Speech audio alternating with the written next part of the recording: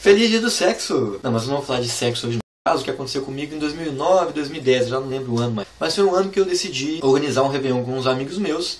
Eu tomei à frente da organização e olhei a casa que a gente alugou. Eu fiz o pagamento dessa casa, né? Mesmo alguns amigos ainda não tendo tido me pagado, eu paguei adiantado para não perder a casa, né? E como eram amigos próximos, eu sabia que não ia ter problema de calote. Aí o Réveillon foi sucesso, passou, e aí os meus amigos depois me pagaram. Acontece que um dos meus amigos não me pagou. E aí o tempo foi passando, 1 mês, 2 meses, eu também não cobrei, né? Não queria ser chato também. Não era uma quantia tão grande, então eu deixei, quando meu amigo lembrasse, ele me pagava. Mas aí o tempo foi passando, 3 meses, 4 meses, aí deu 6 meses, ele não tinha me pagado ainda. Apagado mesmo. E aí a gente tava conversando no MSN, depois de 6 meses, né? Acabou o papo surgindo, não foi nem que eu cobrei não, o papo surgiu de alguma forma e eu lembrei ele, né? Falei, ó, amigo X, você não me pagou ainda a quantia do Réveillon. Aí ele virou e disse, ué, claro que eu paguei, eu já paguei sim, se você tá doido, eu paguei sim. Ele jurou de pé junto que ele já tinha pagado. E eu tinha certeza absoluta que ele não tinha pagado ainda. Aí ficou nesse papo, ele falou que já tinha pagado e eu achei que não. A conversa terminou e ficou por isso mesmo. Na hora eu fiquei muito puto de ele ter falado que já tinha pagado, eu tinha certeza que não.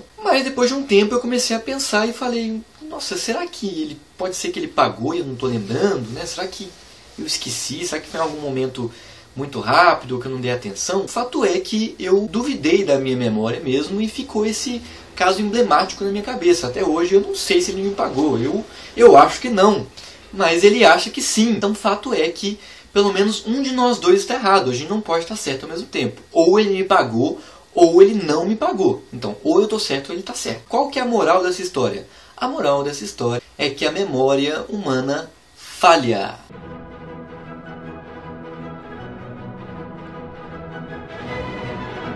Bom, esse caso que eu acabei de contar me lembra na hora a respeito de telefone sem fio, né? O telefone sem fio basicamente é uma pessoa em um extremo, é um jogo, né? Uma pessoa no extremo quer passar uma informação para outra pessoa em outro extremo. Mas para essa informação passar existe uma distância entre essas duas pessoas. E para que ela chegue até o outro lado, várias pessoas vão transmitir essa mensagem. Quem já brincou dessa brincadeira sabe que sempre a informação chega degradada do outro lado por causa da distância entre elas. Na verdade, por causa das pessoas que vão deturpando a informação no meio do caminho, né? Me faz lembrar do caso que eu contei, porque eu também vejo esse caso que aconteceu comigo, de ter esquecido ou não, se ele me pagou ou não, como um telefone sem fio. A única diferença é que, no lugar de ter pessoas entre os dois extremos, existe o tempo, né? O tempo é que degrada a informação. E aí temos aqui, no extremo, o momento em que a dívida foi contraída pelo meu amigo, né? Ele ficou me devendo aqui em um certo momento.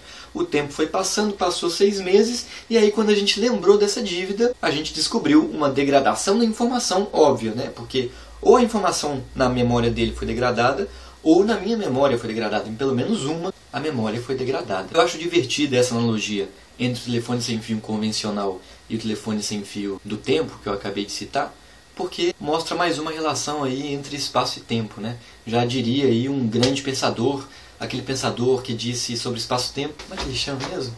Não. Ah! O que foi? O Kiko disse que a mãe dele disse para ele dizer para mim, para dizer para o senhor, que o Kiko disse que a mãe dele disse para ele dizer para mim, para dizer para o senhor que eu me enrolei. Oh, que bacana, Diego. Então você vai falar hoje sobre mente humana, você vai fazer um vídeo de 1 hora explicando como é que a mente humana funciona, a memória. Não, eu não vou entrar em nenhum detalhe, não vou falar de biologia. Primeiro porque eu não sou da área, eu gostaria muito de saber sobre esse assunto mais a fundo, mas eu sei só superficialmente. E o meu objetivo não é falar sobre a biologia. O meu objetivo é fazer uma analogia entre a memória humana e a memória de quem escreveu a Bíblia, ou das pessoas que escreveram a Bíblia. As pessoas religiosas juram de pé junto que a Bíblia está toda correta, que ela é 100% correta, e por isso nós devemos segui-la. Mas será que ela está 100% correta mesmo? Eu resolvi pegar um caso aqui de um dos evangelhos, alguns dados básicos de um dos evangelhos, que é o Evangelho de Marcos, que, segundo se acredita, segundo os historiadores dizem, é o evangelho canônico, ou seja, o evangelho que está na Bíblia mais antigo. Ou seja, é o evangelho que foi escrito mais próximo da vida de Jesus. Ou seja, eu peguei o caso mais otimista. Por que mais otimista? Porque ele foi o que está escrito mais próximo da vida de Jesus. O quão próximo ele foi escrito? Bom, Jesus Cristo, se acredita que ele morreu em 33 depois de Cristo. Se não for 33 é algo próximo a isso, né? Existem controvérsias, mas se não for 33 é 30 ou 36, não me lembro exatamente. E Marcos, segundo diz a história também, escreveu o evangelho dele, né, algo entre 60 e 75 depois de Cristo. Então nós temos Jesus Cristo, que morreu em 33, e no melhor dos casos, ou seja, quanto mais próximo de Cristo, melhor, né? No melhor dos casos, o evangelho de Marcos foi escrito em 60 depois de Cristo. Então nós temos aqui uma distância de tempo de 27 anos. O evangelho mais antigo foi escrito 27 anos depois da morte de Jesus. Sem contar que Marcos escreveu o evangelho segundo o que ele ouviu de Pedro. O Kiko disse que a mãe dele disse para ele dizer para mim, para dizer para o senhor que o Kiko disse que a mãe Pedro dele disse. nasceu em 1 a.C., ou seja, quando ele foi contando os fatos para Marcos escrever, vamos dizer aí, ele estava próximo de seus 60 anos, já era uma pessoa mais idosa. A pergunta que eu faço agora é: se eu, Diego Sulamito, com 29 anos, consegui duvidar da minha própria memória a respeito de um simples fato sobre meu amigo ter pagado ou não, eu já estou duvidando da minha memória, pois imagine se Pedro não duvidaria de sua memória se alguém o contestasse quando ele estava contando as suas coisas para Marcos com cerca de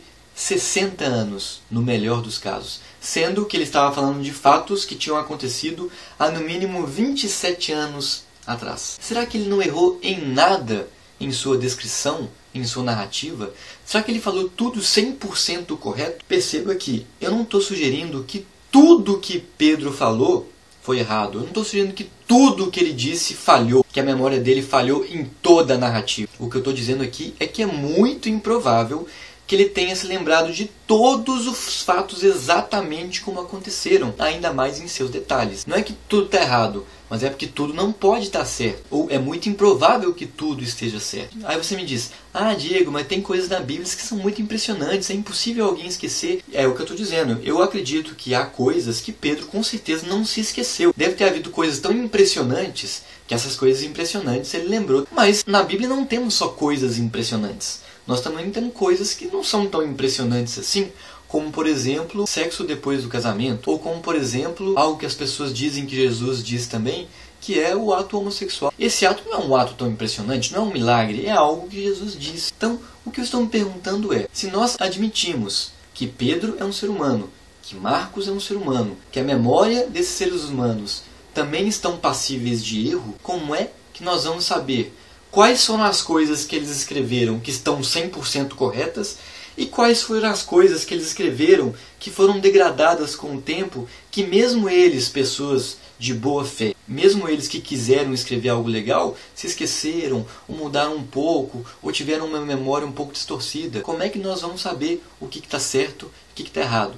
Como alguém pode dizer que nós devemos seguir a Bíblia por completo? Como é que nós vamos saber se, sei lá, entre os 10.000 fatos citados na Bíblia, se 40% deles estão certos, 30% estão muito errados, 30% estão mais ou menos errados? Mesmo que a gente soubesse essa porcentagem de o que está certo, o que está errado e o que está mais ou menos certo, a gente não sabe dizer qual que é qual, né? Se a gente pegar um fato, como é que a gente sabe se a pessoa que falou daquele fato e escreveu daquele fato, se ela não se enganou em algum ponto, em algum detalhe crucial? Como é que a gente vai saber disso? E olha que eu estou falando do caso mais otimista, que é o caso de Pedro e Marcos, que escreveram há apenas 27 anos depois da morte de Cristo. Eu não estou nem falando dos outros evangelhos que foram escritos depois. E também nem estou falando dos outros evangelhos que nem estão na Bíblia, né? Os não canônicos. E eu acho muito razoável questionar que essas pessoas podem ter errado. E se elas podem ter errado, a Bíblia pode estar errada. Não completamente, mas algo pode estar errado nela. E se algo está errado nela e eu não sei o que é, eu não posso seguir esse livro. Então eu posso considerar a Bíblia como um livro legal, com mensagens legais? Posso. Mas eu posso admitir que a Bíblia está correta e deve ser 100% seguida? De forma nenhuma. A chance de ela estar 100% correta é baixa. Porque isso só seria possível se todas as pessoas que escreveram alguma coisa nela nunca falharam. Alguém conhece alguém que nunca falhou? Eu não conheço. Então, na próxima vez que alguém disser para você que você deve seguir a Bíblia porque a Bíblia está 100% correta e ela é confiável, diga para essa pessoa confiar na memória da sua avó. Ou melhor, não faça isso não, que não vale a pena não. Até o próximo Café com Deus. Se você tiver gostado do vídeo, eu sugiro que você aperte no joinha agora, porque se você deixar para clicar depois, eu acho que você vai esquecer, viu? Um abraço e até a próxima.